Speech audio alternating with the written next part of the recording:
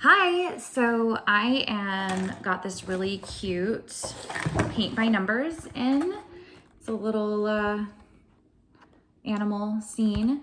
The box on the back tells you all the details that the steps and a couple of pointers on how to mix the color or make them a little more transparent.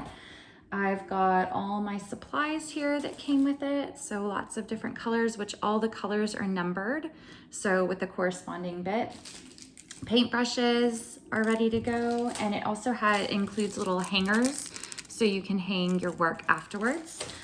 I have it here and I tacked it to a canvas so that I would have the ability to hang it later. And also I wanted to give it a little more stability while I painted. So we're gonna get started and I'll show you how it looks as we go. I'm actually really excited.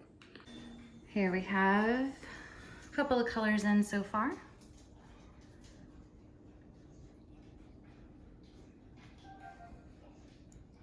Really enjoying this. This is fun.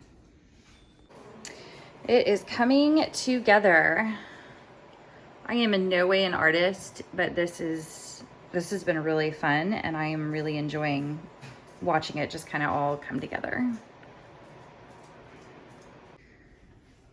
Here's the final product.